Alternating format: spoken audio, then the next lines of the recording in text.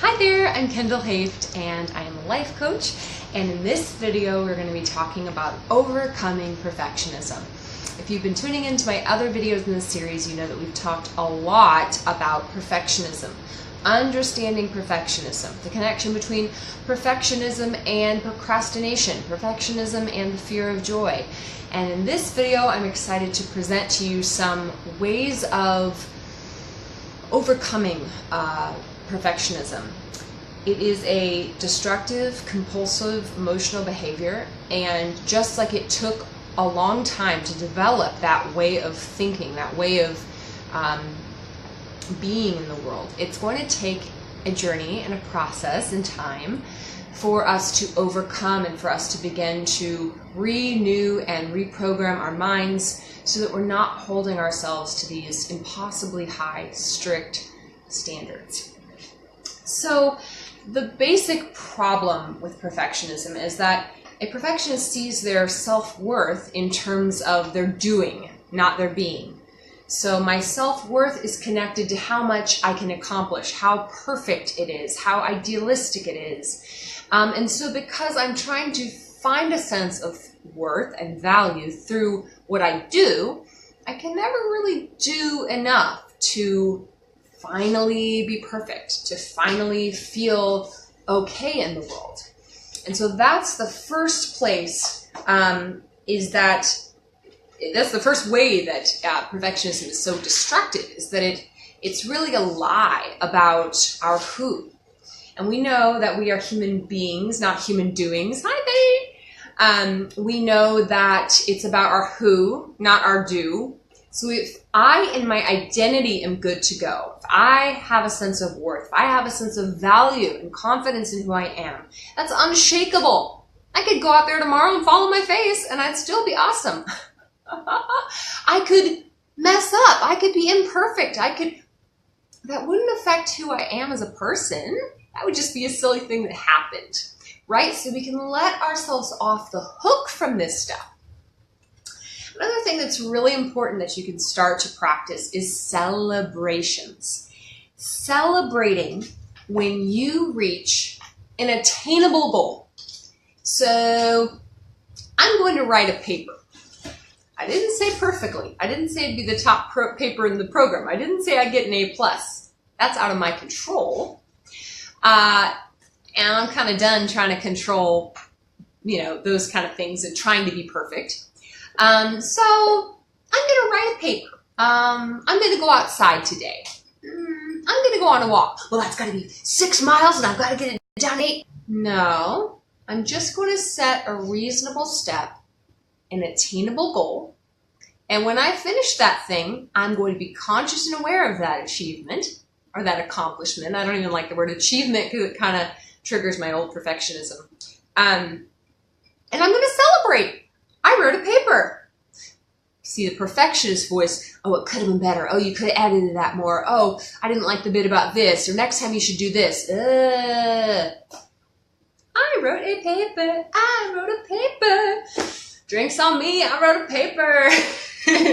I'm going to watch a movie tonight. I wrote a paper so I can relax and I can rest. And I've earned that pedicure or that seaside meditation or that time with friends or that phone call with my husband or whatever, because I'm going to celebrate myself. Awesome. So learning to celebrate, setting achievable goals, not perfectionistic goals, simple baby steps, and celebrate the heck out of yourself. It's awesome. A sense of accomplishment is something that we want to start to develop. And we saw that with the last example of the celebration. If you come from a dysfunctional family, and if you're not sure what that means, please check out some of my past videos. We've got a whole series breaking down some of the qualities and characteristics of dysfunctional family models. Anyway, if you come from one of those families, you often have a deep-rooted sense of shame, a deep feeling of inadequacy and low self-worth. And so if that's your identity, if that's how you feel about yourself, if it's steeped in shame, then it's going to be difficult to allow yourself to celebrate and to see things as accomplishments, because you'll find yourself diminishing, well, anybody could have done that, or, oh, it wasn't that good, or, well, instead of accepting a compliment, thank you very much, I enjoyed it too, oh, I liked it, thank you, oh, I think it's beautiful, yes, yes, yes. And others are joining you and celebrating yourself and celebrating your accomplishments, but they have a hard time feeling that they've accomplished something worthwhile. The perfectionist majors on regrets, the should'ves, the would'ves, and the could'ves. See, the perfectionist is either stuck in the past, beating themselves up about how they didn't do it ideally and what could have been better and what tiny mistakes they should have known better. They shouldn't have made those careless mistakes.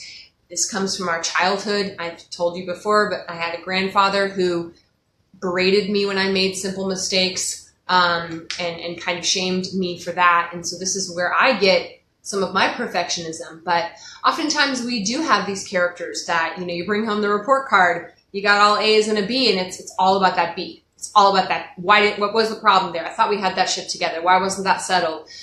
Instead of, wow, look at this amazing, you got A's and B's? Oh my word, that's amazing.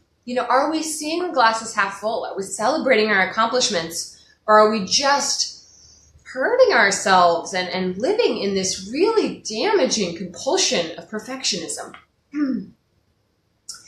So another thing that perfectionists do, in addition to living in the past, is they kind of live in the future. So they are idealizing and basically setting up these unachievable goals in the future for themselves. And because of that, they often procrastinate. They don't begin things because it's such a high hurdle that they know how much effort it's going to take.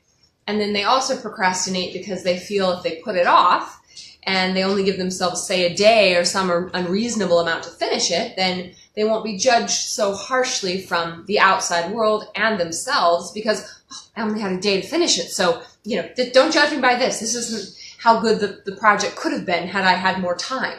And so it gives them an excuse for their mistakes. And that gives them a little bit of wiggle room to be imperfect. It's a sad lifestyle, you guys, but I want to tell you that there's hope. I am a recovered perfectionist. I am not a perfectionist anymore. I'm not a workaholic anymore. I can safely say that. One of the other things that I did to get myself out of that, in addition to just knowing that my identity is a rock, like I'm good to go, who I am is good, building up my own self-esteem in that way so that if I mess up, it's like, of course I messed up. I'm a human. Like, what did you expect? And then I did a lot of things too that I knew were perfect. I knew were imperfect. So like if I saw like a hair sticking out, or my makeup wasn't perfect, or the background wasn't ideal, or the lighting wasn't ideal, like some of these factors are going on in this video right now.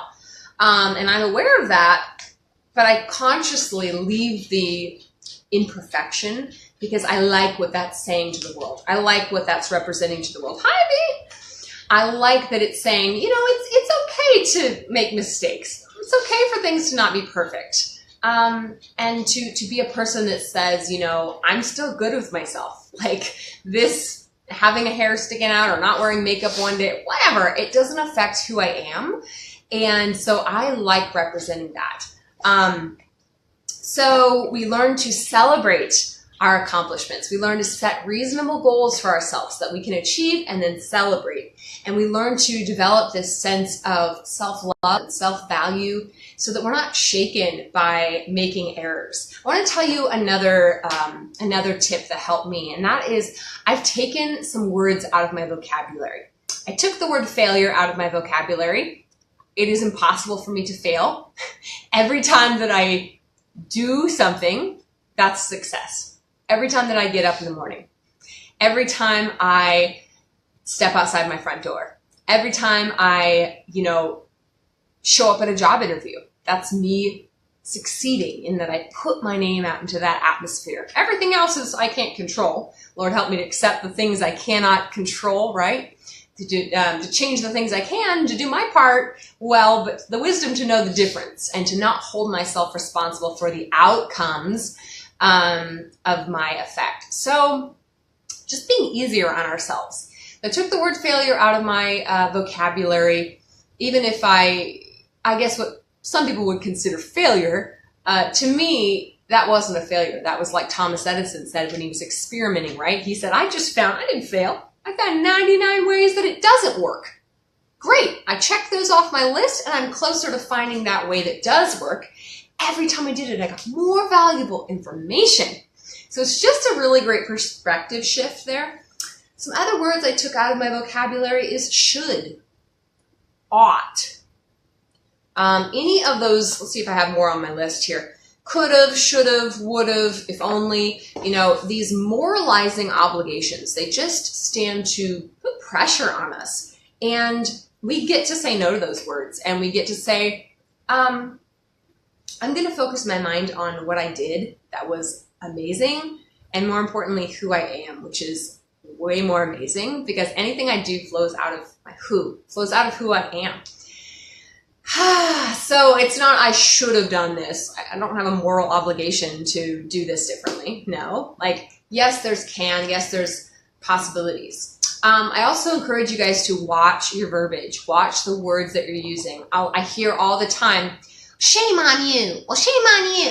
People say it very casually, but that's not cool and that's not casual. Shame is awful and it's serious and it leads people to depression and compulsions and anxiety. And so you don't want to ever put shame on somebody, even if you didn't mean what you say. Then it's kind of like, well, why are we saying things that we don't even mean? Are we just buying into the societal standards of it's just a phrase, it's not a big deal. I want to be conscious about what I say and I want to make sure that my words are effective in appropriate ways.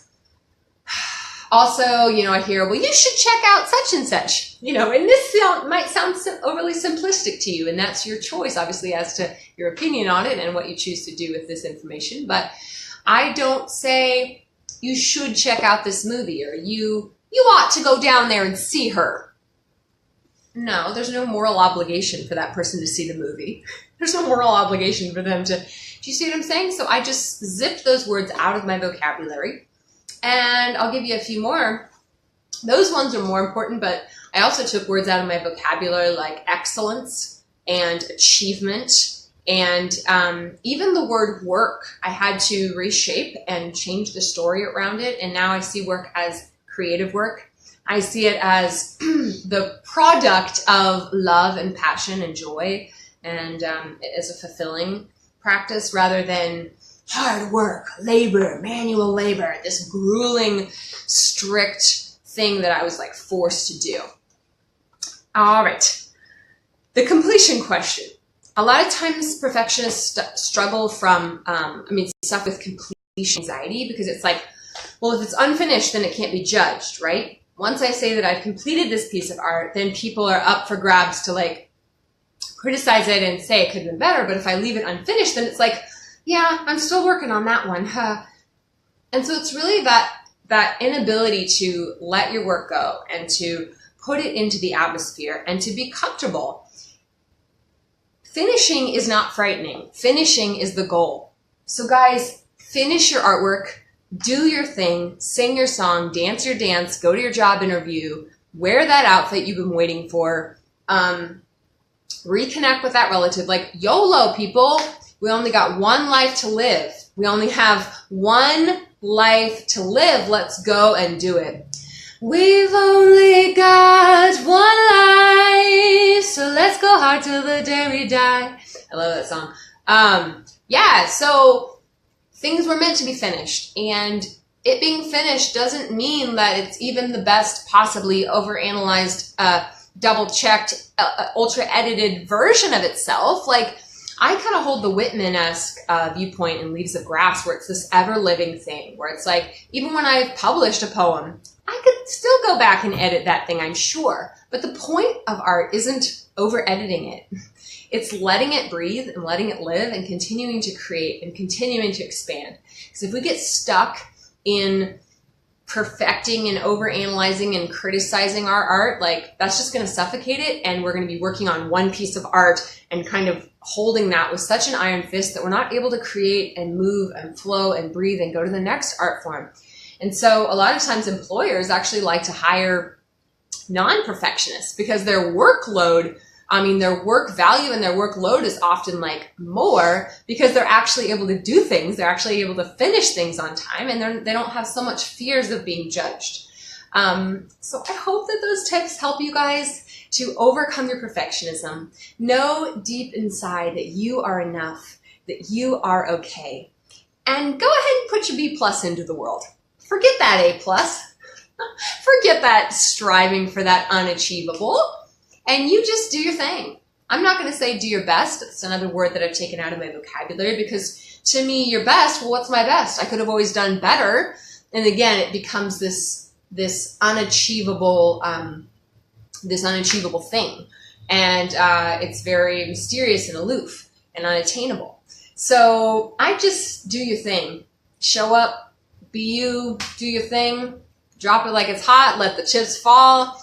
It's out of your hands, put it into the universe, put it into God's hands, and YOLO, live your life and enjoy. Enjoy creating and enjoy being you.